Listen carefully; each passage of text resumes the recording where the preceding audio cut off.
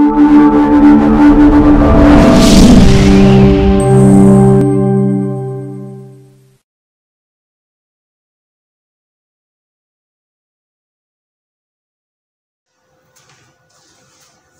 आउज़ुबिल्लाहि बिस्मिल्लाहिर्रहमानिर्रहीम। शुरू अल्लाह के नाम से जो बड़ा मेहरबान और नहायत रहम करने वाला है। सब तरीफ़ अल्लाह के लिए जो तमाम जानों को पालने वाला। तमाम दरूद सलाम हज़रत नबी करीम सल्लल्लाहु अलैहि वसल्लम की ज़ात पर जो मौसन इंसानियत और वजह कायनात है।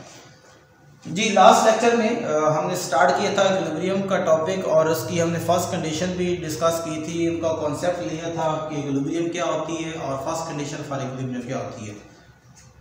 तो हमें ये पता चला था कि दो कंडीशन होती हैं। There are two conditions for equilibrium. First one को हमने डील कर लिया। Now we are going to discuss second condition for equilibrium.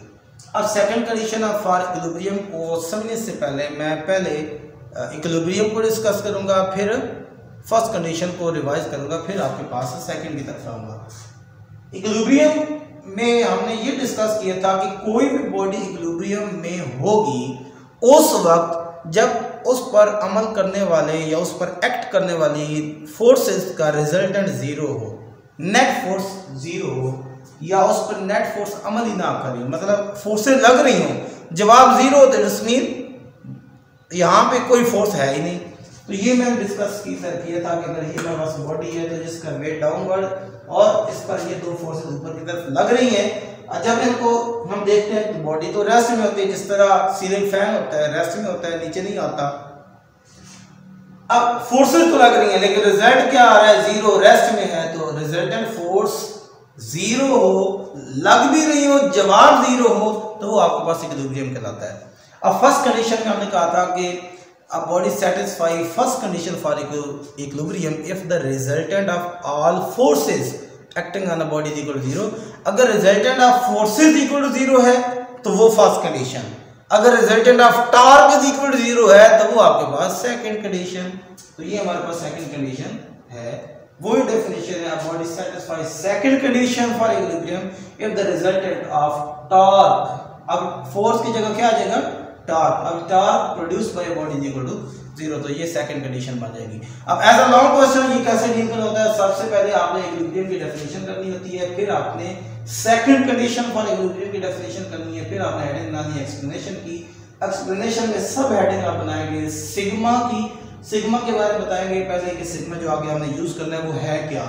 अब सिग्मा के बारे में बताया symbol, this one is a Greek letter called sigma used for summation sum. अब आप लिखेंगे consider N number of torque. हमारे पास एक बॉडी के अंदर 2 3 4 5 6 जितने भी एन से मुराद एनी नंबर ऑफ टॉर्क्स जो प्रोड्यूस हो रहे हैं किसी भी बॉडी में।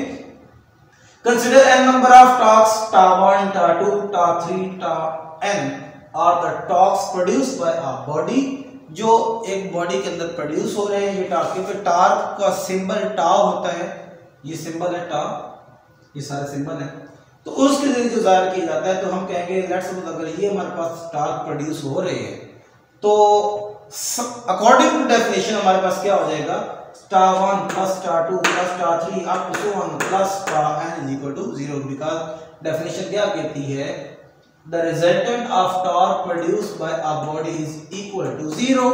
तो ये हमें इक्वल टू 0 हमने सम किया, रिजल्ट निकाला। रिजल्ट निकालने के लिए क्या होता है, जिस तरह हम कहते हैं कि हमारा रिजल्ट आया है तो रिजल्ट में हम क्या कहते हैं कि रिजल्ट में इंग्लिश मैथ फिजिक्स इस्लामिया सब के नंबरों को जमा करके एक रिजल्ट बनता है। तो यहाँ पे जितनी भी फोर्सेस जितने भी टास्क यहाँ पे लग रहे हैं, टा 1 है 2 3 4 जितने भी प्रोड्यूस हो रहे हैं सबको जमा किया, हमारे पास रिजल्ट आया इक्वल टू 0। तो हम इसको सिंबॉलिक फॉर्म में कैसे लिखते हैं, सिग्मा टा इज इक्वल टू 0। इसका मतलब क्या है, दिस मान, ये इसका मीनिंग है कि जहां पर भी सिग्मा की इलामत होगी उसका मतलब आगे जो वैल्यू लिखी हुई है वो उतने टाइम एन टाइम क्या हो रही है, सम हो रही है। अब मैंने इसकी दो हेडिंग बना दी है एक्स कंपोनेंट और वाई कंपोनेंट के लिहाज से।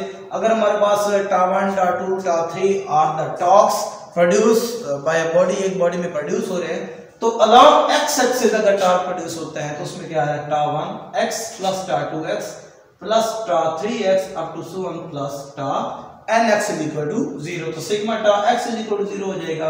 और इसी तरह अगर हमारे पास y कंपोनेंट की डिस्कशन हम करें, अलॉन्ग y एक्सिस हमारे पास टॉर्क प्रोड्यूस होता है तो कैसे होगा, टा 1 tau 2 tau 3 are the torque produced by a body. हमारे पास ये टॉर्क से चलने के हैं लेट्स वो 3 है, 4 है, 5 है, एनी नंबर ऑफ टॉर्क्स जो हमारे पास प्रोड्यूस हो रहे हैं किसी भी बॉडी में, तो जब उस पर हम डेफिनेशन अप्लाई करेंगे तो क्या बनेगा, टा 1x प्लस टा 2x plus tau 3x plus up to so on plus tau nx is equal to 0। तो उसको हम सिग्मा की शक्ल में जब लिखेंगे तो सिग्मा टा y इज इक्वल टू 0।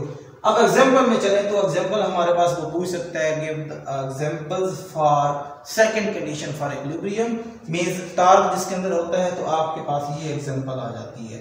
क्या एग्जांपल है, अ ladder leaning at the wall या एट अ वॉल, एक दीवार के साथ खड़ी हुई जो सीढ़ी है, अब उसमें टॉर्क प्रोड्यूस हो सकता है। लेट्स सपोज अगर दीवार के साथ खड़ी है, दीवार हटा दे तो वो इस तरह गिरेगी।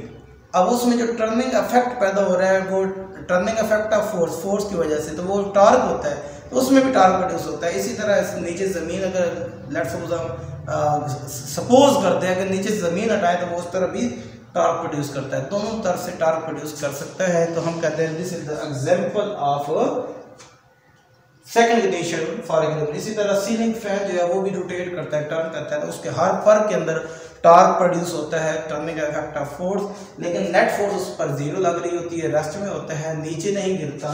हम ये कहते हैं कि आपके पास क्या है, this is the example for second condition for equilibrium. तो ये हमारे पास 2 कंडीशंस थी इक्विलिब्रियम की जिनको हमने डिस्कस किया है। आगे हम डिस्कस करेंगे स्टेट्स फॉर इक्विलिब्रियम।